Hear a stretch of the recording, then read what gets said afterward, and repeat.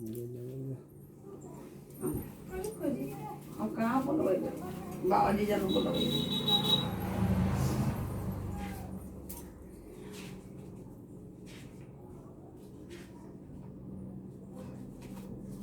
प्रेम से बोलिए सत्यनारायण भगवान की जय। श्री वृंदावन बिहारी लाल की जय। श्री सत्यनारायण व्रत कथा भाषा टीका सहिता। एक समय प्राणियों के हित चाहने वाले समस्त मुनियों ने परम रमणीक नैमिषारण्य क्षेत्र में मन को प्रसन्न करने वाली सभा की।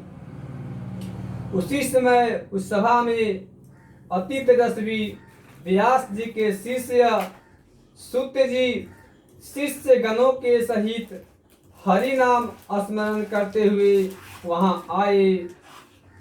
समस्त शास्त्रों को जानने वाले श्री सूत जी को आते देख महातेजस्वी सनकादिक मुनिगण खड़े हो गए। सब धर्मों को जानने वालों में श्रेष्ठ सूत जी तथा परम वैष्णव सनकादिक ऋषि परस्पर शीघ्रता से पृथ्वी पर दंडवत नमस्कार करके सनकादिक मुनियों के दिए आसन पर संपूर्ण शिष्यों सहित अति बुद्धिमान सूत जी बैठ गए। बैठे हुए सूत जी से सनकादिक मुनियों ने नमस्कार कर हाथ जोड़कर कहा कि हे महर्षि, हे सर्वज्ञ सूत जी, इस कलयुग में मनुष्यों को हरि भक्ति किस उपाय से होगा, हे भगवान वह कहिए।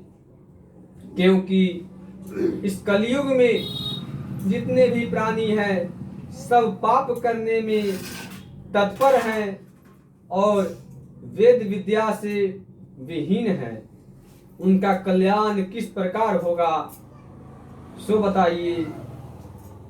इस कलयुग में मनुष्य प्राणों को धारण किए थोड़ी आयु वाले निर्धन और अनेक पीड़ा से युक्त हैं। प्रायः पुण्य अति परिश्रम से होता है।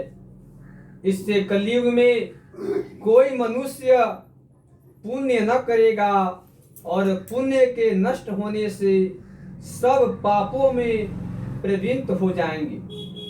तब तुच्छ ज्ञान वाले मनुष्य अपने वंश सहित नष्ट हो जाएंगे।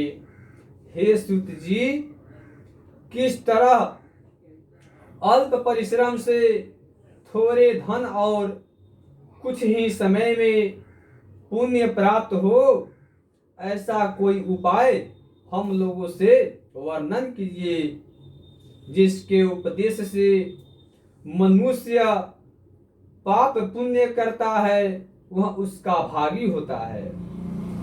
पुण्य का उपदेश करने वाला दयावान कपट रहित निष्पाप और निर्विरोधी, यह चार तरह के मनुष्य नारायण के समान है।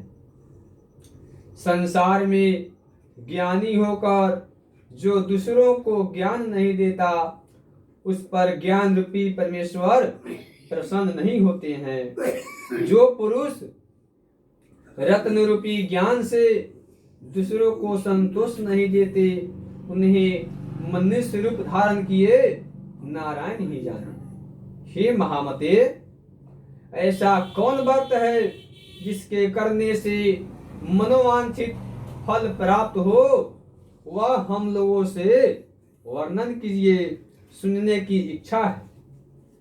हे मुनि श्रेष्ठ, आप वेद वेदांत के ज्ञाता, आप जैसा दूसरा कोई वक्ता नहीं दिखता।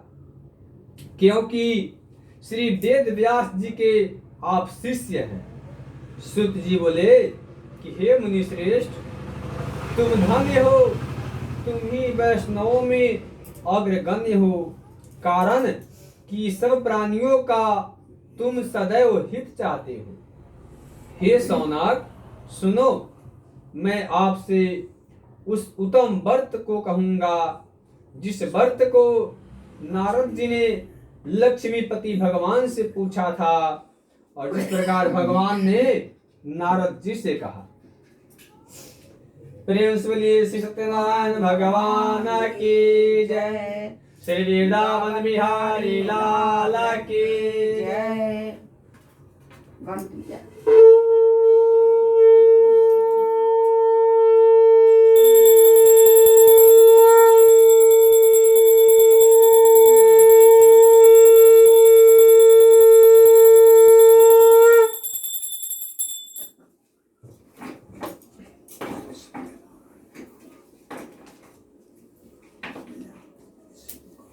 एक समय नारद जी समस्त प्राणियों के हित की इच्छा से अनेक लोकों में घूमते हुए मृत्यु लोक में आए।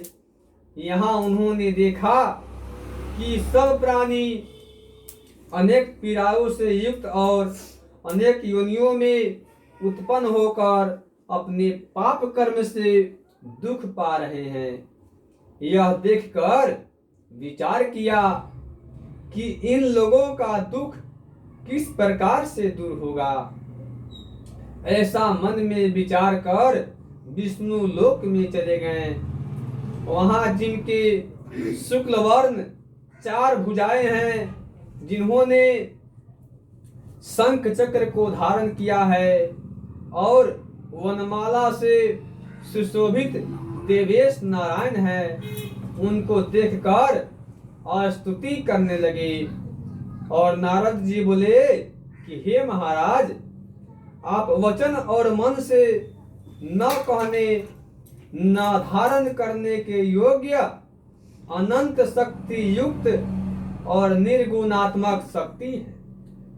हे महाराज, आप सब प्राणियों के उत्पन्न कर्ता और भक्तों के दुख के नाशक हैं।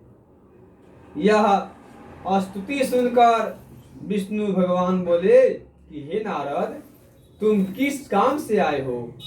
तुम्हारे मन में क्या है?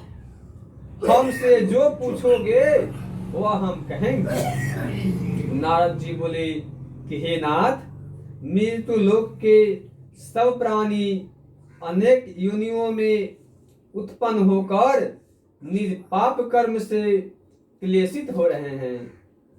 हे महाराज, जिस छोटे उपाय से उनका क्लेश दूर हो वह उपाय मैं सुनना चाहता हूँ। भगवान बोले कि समस्त जनों पर कृपा कर तुमने बहुत अच्छा प्रश्न पूछा है, जिसके करने से मनुष्य मोह से छूट जाता है। मैं ऐसा ही उपाय कहता हूँ, सुनो। हे नारद, जो व्रत तीनों लोकों में अति दुर्लभ है वह आज आपके कहने से प्रकाशित कर रहा हूँ। वह श्री सत्यनारायण का व्रत है, जिसको विधि पूर्वक करने से इस लोक में सुख और परलोक में मोक्ष मिलता है। यह सुनकर नारद जी बोले कि इस व्रत का क्या फल है और पूर्व में किसने किया था, किस समय यह व्रत करना चाहिए, आप विस्तार पूर्वक कहिए। ब्राह्मण बोला कि मनोरथ को पूर्ण करने वाला। भगवान ने कहा कि इसके करने से दुख, शोक आदि नाश, धन्य धान की वृद्धि, संतति की प्राप्ति तथा सर्वत्र विजय की प्राप्ति होती है।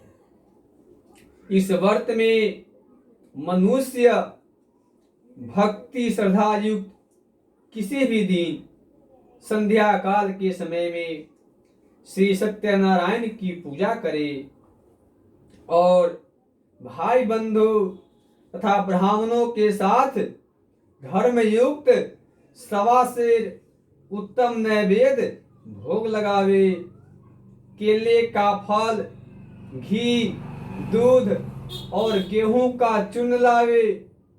गेहूं का चूर्ण न हो तो चावल का चूर्ण, खार अथवा गुड़ मिला करके 1.25 पाव अथवा 1.25 सेर के हिसाब से मिलाकर भक्ति से श्री सत्यनारायण को नैवेद्य लगावे।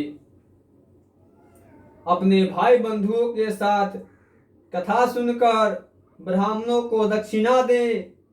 श्री सत्यनारायण के प्रसाद को अपने भाई बंधुओं के साथ खाकर रात्रि में नृत्य गीत आदि करे। तदनंतर सब श्रोतागण श्री सत्यनारायण का स्मरण करते हुए अपने अपने घर जाएं। इस प्रकार व्रत करने से मनोवांछित फल मिलता है।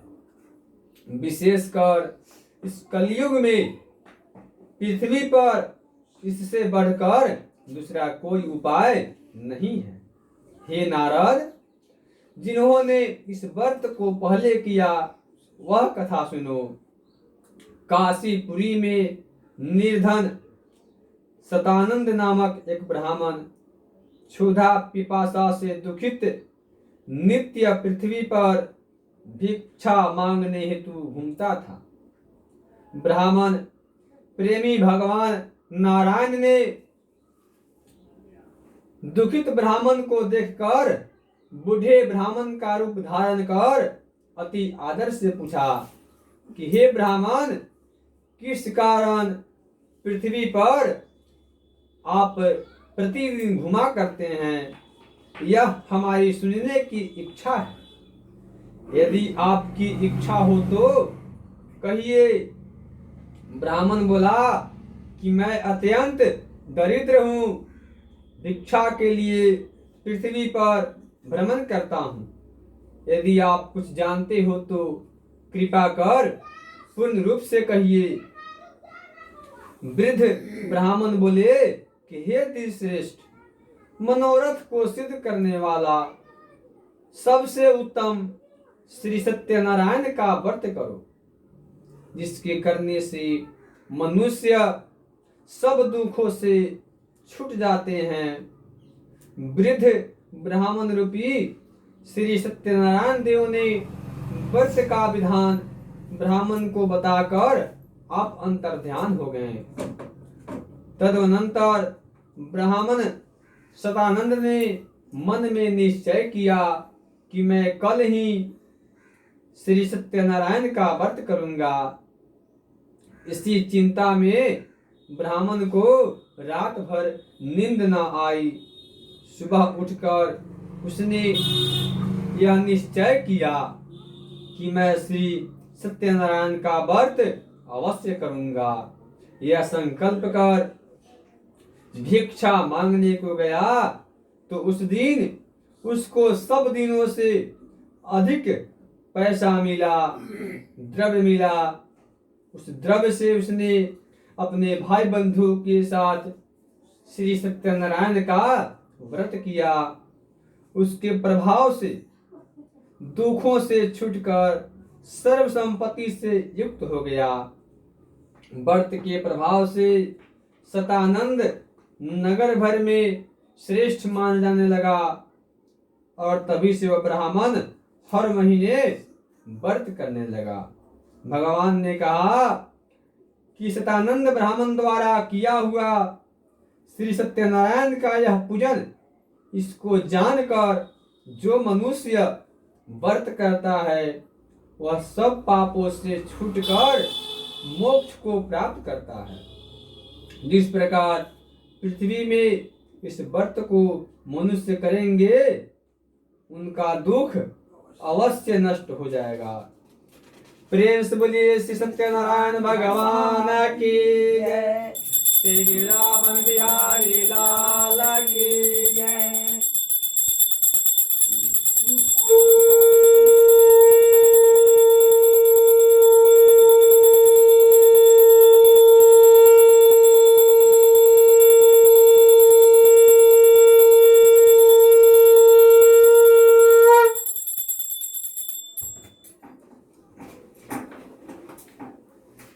सूत जी बोले कि हे शौनक, भगवान विष्णु ने जिस तरह कहा था वह तुमसे मैंने कह दिया, और दूसरी बात जो हो वह पूछो। शौनक जी बोले कि हे सूत जी, उस ब्राह्मण के बाद इस व्रत को किसने किया, वह सुनने की इच्छा है। सूत जी बोले कि हे मुनियों, जिसने व्रत को किया वह सुनिए। एक समय निज धर्मानुसार निज अपने भाई बंधुओं के साथ व्रत को करने को तैयार हुआ। उसी समय एक लकड़हारा वहां आया। भूख प्यास से पीड़ित काष्ठ के भार को बाहर रख ब्राह्मण के घर में जाकर उसने व्रत करते हुए ब्राह्मण को देखा। नम्रता से हाथ जोड़कर प्रणाम कर बोला कि आप क्या कर रहे हैं, इसके करने से क्या फल होता है, वह विस्तार पूर्वक कहिए। ब्राह्मण बोला कि मैं मनोरथ को पूर्ण करने वाला, दुख और शोक को नाश करने वाला तथा सिद्धि को देने वाला यह श्री सत्यनारायण का व्रत है, जिसके प्रसाद से यह धन धन आदि प्राप्त हुआ है।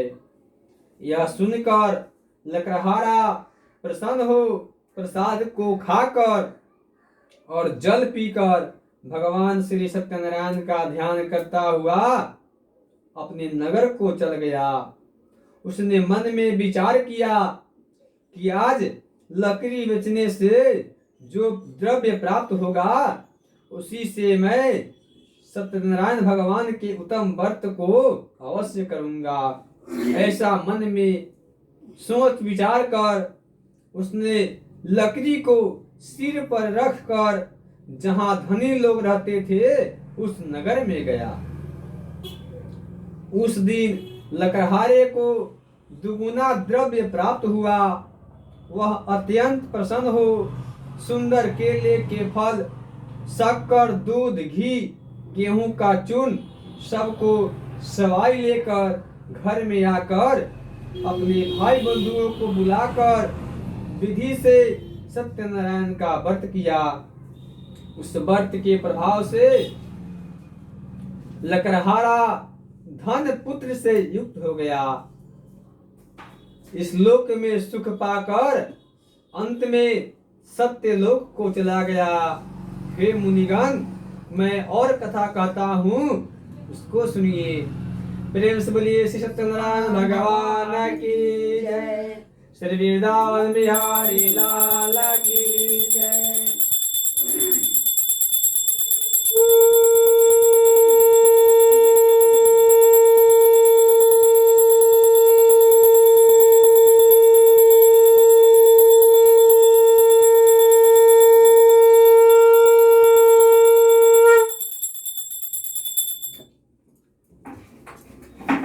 सूत जी ने कहा कि राजाओं में श्रेष्ठ उल्का मुख नामक एक जितेंद्रिय राजा था। वह सदैव मंदिर जाया करता था। वह ब्राह्मणों को नित्य धन देकर संतुष्ट किया करता था। उसकी कमल के सदृश मुख वाली प्रमुख गधा पत्नी थी। वह अपनी स्त्री के साथ भद्रशिला नदी के तट पर सत्यदेव का व्रत करता था। उसी समय वहां एक बनिया आया। वाणिज्य के लिए बहुत धन से परिपूर्ण नाव को नदी के तीर पर लगाकर आप तट पर उतर गया।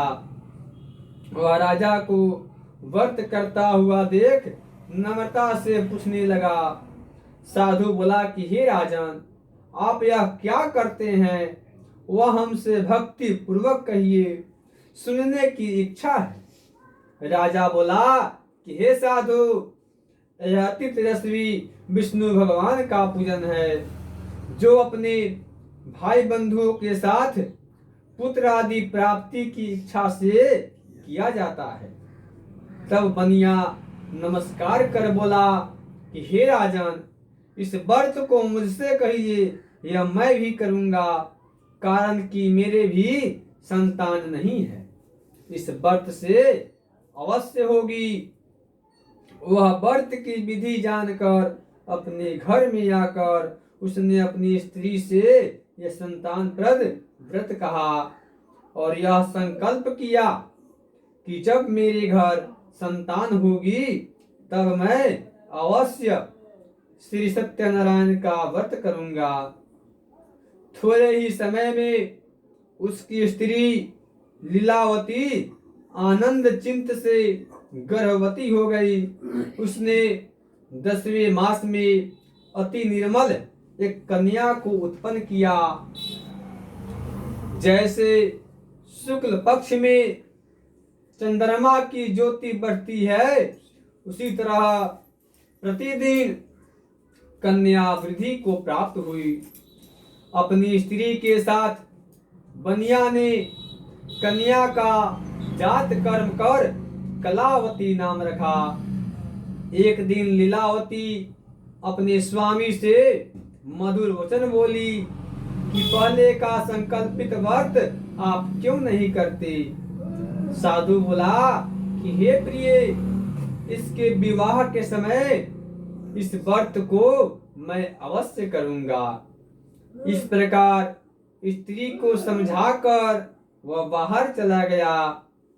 इधर कलावती पिता के घर प्रतिदिन बढ़ने लगी।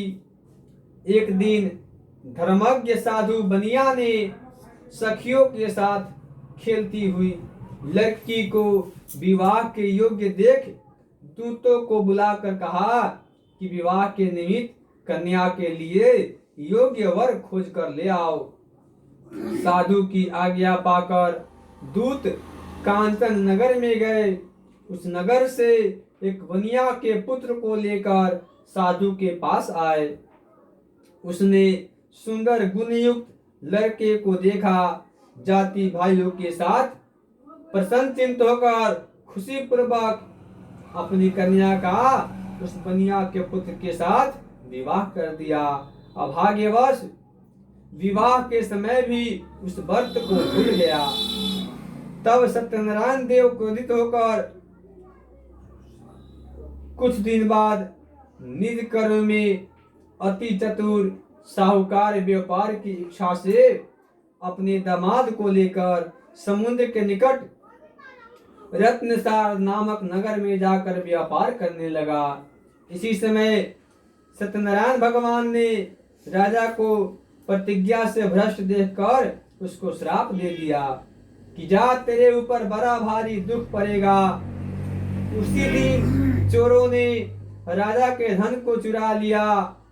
अपने पीछे देखते हुए साधु की तरफ चले गए। दौड़ते हुए राजा के दूतों को आता देख डर कर धन को यहीं रखकर आप छिप गए। राजा के दूतों ने साधु के निकट आकर राजा के धन को देखा तो साधु को बांधकर आनंद चिंत हो राजा के निकट ले जाकर बोले कि हे राजन, 2 चोर लाए हैं, उनको देखकर आज्ञा दीजिए। राजा ने साधु को देखकर अविचार से आज्ञा दे दी। फिर तो दूतों ने उन्हें खूब बांधकर बंदी खाने में बंद कर दिया। प्रेम से बोलिए श्री सत्यनारायण भगवान की जय। श्री वृंदावन बिहारी लाल की जय।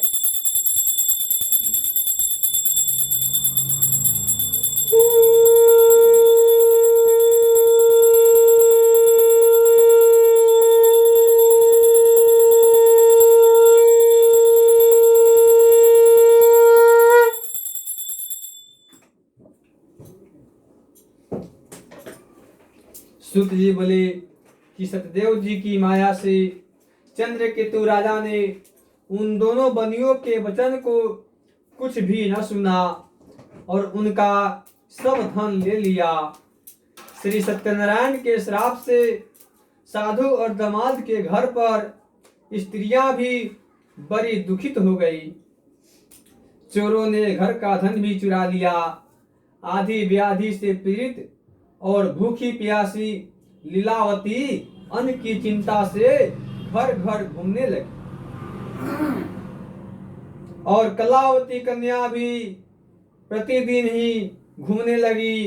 एक दिन रात को भूख से दुखी कलावती एक ब्राह्मण के घर पर गई। वहां श्री सत्यनारायण भगवान के व्रत को देख, कथा को सुन, अपने मनोरथ को मांगी और प्रसाद को खाकर कुछ रात गए अपने घर आई। तब लीलावती अपनी कन्या को धिक्कारने लगी कि हे पुत्री, इतनी रात तक तुम कहाँ रही? तेरे मन में क्या है? तब कन्या माता से सत्य वचन बोली कि हे माता, मनोरथों को परिपूर्ण करने वाले श्री सत्यनारायण के भगवान के पूजन को ब्राह्मण के घर में देखी हूँ। लीलावती कन्या कलावती का वचन सुनकर श्री सत्यनारायण भगवान के व्रत को करने के लिए तैयार हो गई। पतिव्रता साधु की स्त्री अपनी कन्या सहित बंधु बांधवों के साथ सत्यनारायण भगवान के व्रत को किया और उसने सत्यनारायण भगवान से यह दिव्य वर मांगा कि हे भगवान, हमारे पति और दामाद जल्दी अपने घर आवे। मेरे पति और दामाद के अपराध को आप क्षमा करने के योग्य हैं, अतः क्षमा कर दीजिए। जिससे सत्यनारायण भगवान संतुष्ट हो गए और चंद्रकेतु राजा को स्वप्न में कहा कि हे राजन, कल सवेरे ही दोनों सदन बनियों को छोड़ देना और उनका धन भी जो तुमने लिया है वह दे देना, नहीं तो हम धन पुत्र के सहित तेरा राज्य नष्ट कर देंगे। यह बात राजा से कहकर सत्यनारायण प्रभु अंतर्ध्यान हो गए। तब प्रातः काल के समय राजा निज जनों के साथ सभा में उपस्थित हो अपनी मंत्री जनों से यह अपना स्वप्न सुनाकर कहा कि बांधे हुए बनियों को शीघ्र छोड़ दो, ऐसा आदेश दिया। यह सुनकर दूत लोग बनिया को बंदीखाने से छुड़ाकर राजा के निकट लाए और विनय युक्त वचन बोले कि हे महाराज, हम इन दोनों बनियों को बंधन से छुड़ाकर लाए हैं, अब आपकी क्या आज्ञा? उन दोनों ने महाराज चंद्रकेतु को नमस्कार कर पूर्व वृत्तांत से स्मरण कराया। स्मरण कराते हुए राजा चंद्रकेतु से साधु तथा दामाद ने कुछ नहीं कहा। बनिक पुत्रों को देखकर राजा आदर से बोले कि अभाग्यवश तुमको बड़ा दुख मिला, तुम लोग भय न करना। इस प्रकार राजा ने कहकर उन दोनों के हाथ पैर की हथकड़ी बेरी कटवाकर क्षौर कर्म कराया, फिर वस्त्र और आभूषण आदि देकर बनिया को अत्यंत संतुष्ट किया। पहले जितना धन लिया था उसका दुगुना धन देकर कहा कि अब आप अपने घर जाएं। दोनों बनियों ने राजा को नमस्कार कर कहा कि आपकी कृपा से घर जाते हैं। प्रेम से बोलिए श्री सत्यनारायण भगवान की जय, श्री वृंदावन बिहारी लाल की जय।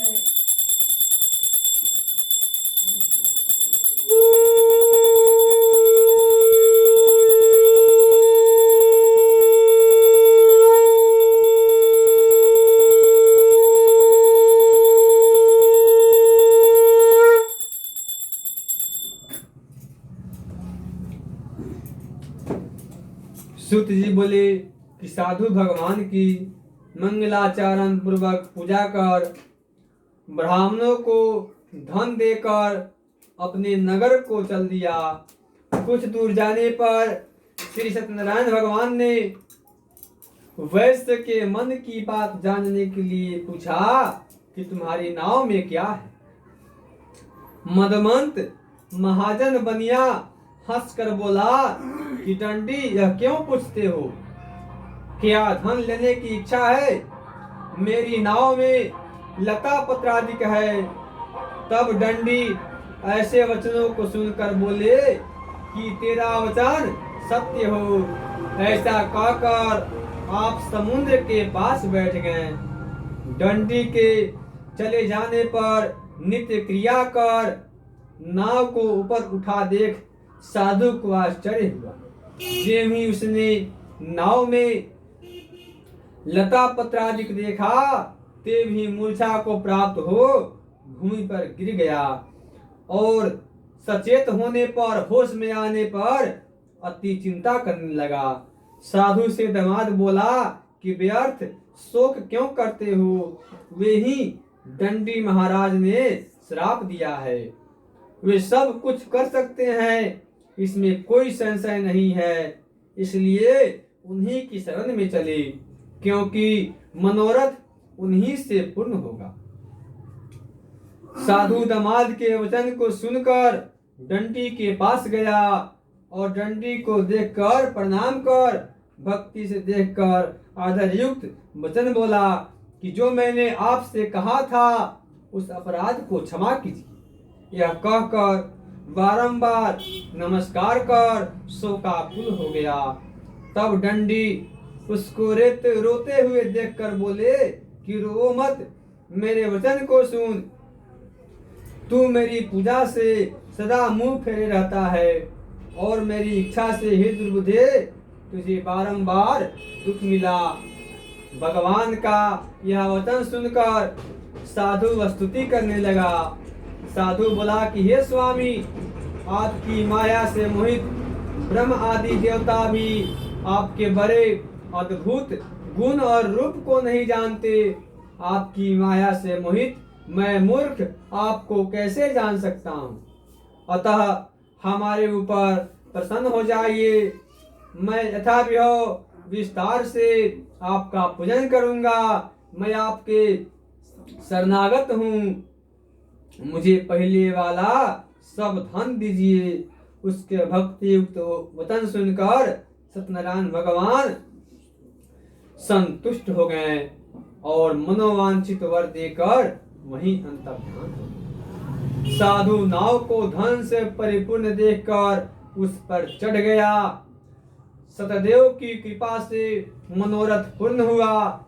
यह बात अपने स्वजनों से कह यथा विधि पूजन कर सतदेव की कृपा से बड़ा हर्षित हुआ।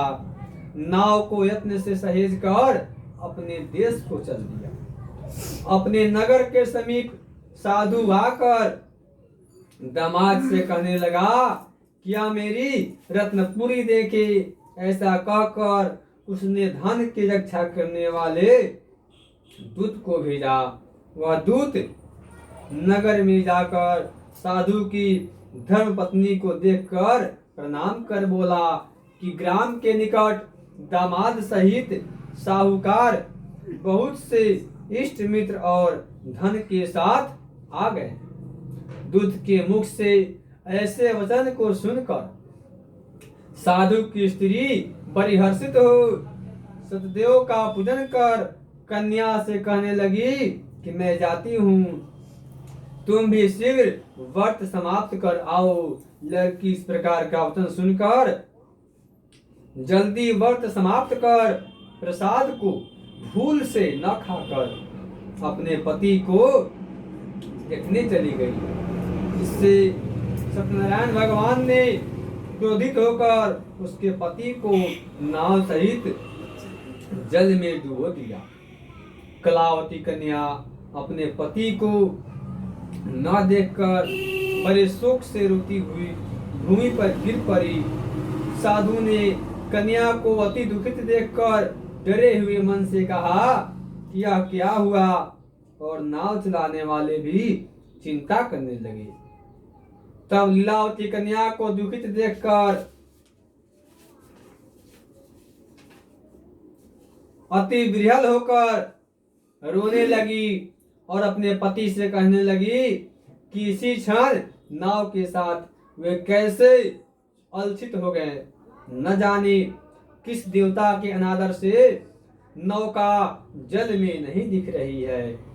श्री सत्यनारायण भगवान के महिमा को कौन जान सकता है।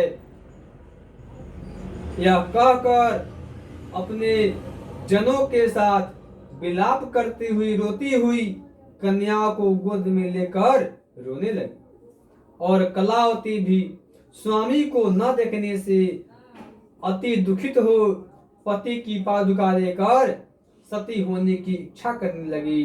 कन्या का यह चरित्र देखकर धर्मज्ञ साधु बनिया स्त्री के साथ अत्यंत शोक से युक्त होकर विचार करने लगा कि मैं सतदेव की माया से बारंबार छला गया हूँ। अब यथाविभव विस्तार से श्री सत्यनारायण भगवान का पूजन करूंगा। इस प्रकार सबको बुलाकर कहने लगा और पृथ्वी पर गिरकर साष्टांग दंडवत किया। इसी पर दिनों के पालन करने वाले सत्यनारायण भगवान संतुष्ट हो गए। भक्त वत्सल सत्यनारायण भगवान की कृपा से आकाशवाणी हुई कि तुम्हारी कन्या प्रसाद को त्याग कर पति को देखने चली आई। इसी कारण इसका पति अदृश्य हो गया। यदि वह पुनः घर जाकर प्रसाद भक्षण कर आएगी तब पति को निसंदेह पाएगी। कन्या ने यह आकाशवाणी सुनकर शीघ्र ही घर जाकर प्रसाद को भक्षण कर अपने पति को देखा। तब कलावती संतुष्ट होकर अपने पिता से कहने लगी कि अब शीघ्र ही घर चलिए, विलंब न करिए। कन्या के वचन सुनकर साधु दामाद सहित संतुष्ट होकर धन और बंधुओं के साथ अपने घर को गया। उस दिन से वह हर महीने और हर संक्रांति पर विधि पूर्वक सत्यदेव की पूजा करने लगा। इस तरह सुख प्राप्त कर वह अंत में सत्यनारायण भगवान के लोक को चला गया।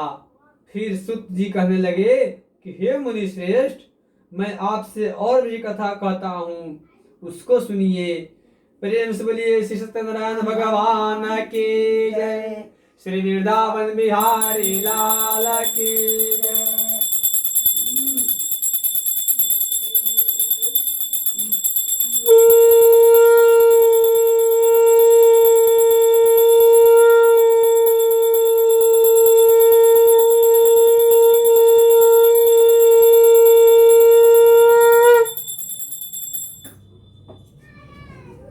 सुत जी बोले कि प्रजा पालन में तत्पर एक तुंगध्वज नामक राजा था, जिसने सत्यनारायण के प्रसाद को त्यागने से अति दुख पाया।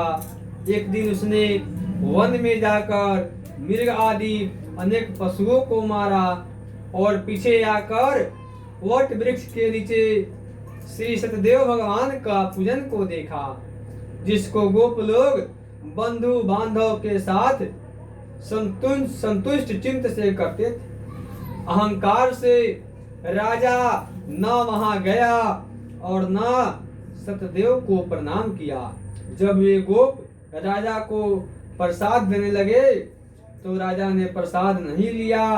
तब वे गोप वहां प्रसाद को रख कर चले आए। राजा ने प्रसाद का अनादर किया। इस तरह प्रसाद का अनादर करने से उसने बहुत दुख पाया।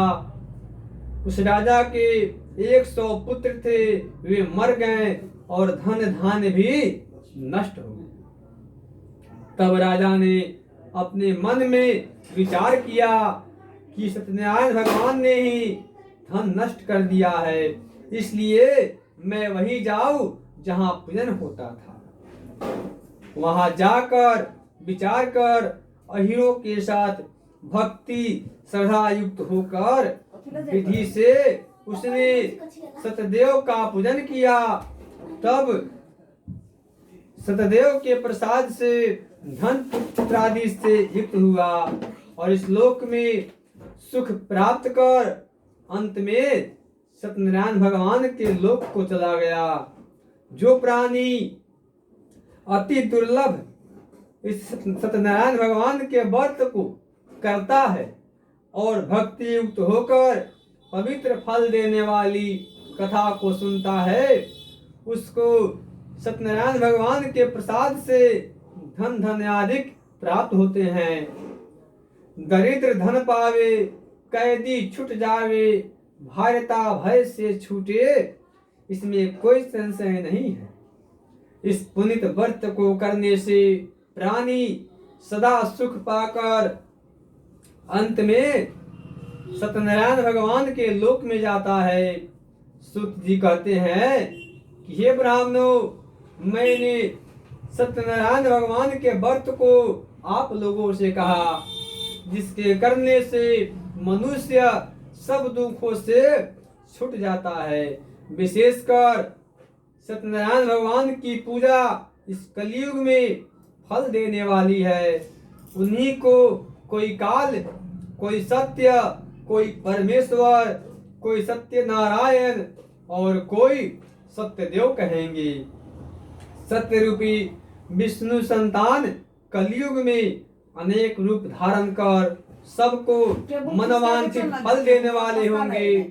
हे मुनि श्रेष्ठ, जो प्राणी इसको पढ़ता है या सुनता है, उसके संपूर्ण पाप सतदेव के प्रसाद से नष्ट हो जाते हैं।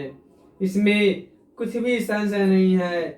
इति श्री स्कंद पुराणे रेवाखंडे श्री सत्यनारायण व्रत कथायां सप्तमोऽध्यायः समाप्तम्। प्रेम से बोलिए श्री सत्यनारायण भगवान की जय। श्री वृंदावन बिहारी लाल की जय।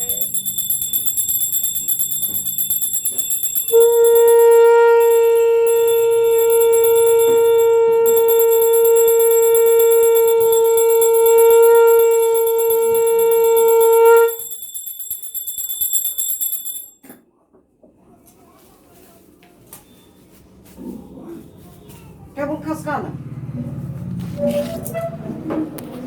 पंडित जी वीडियोग्राफी बना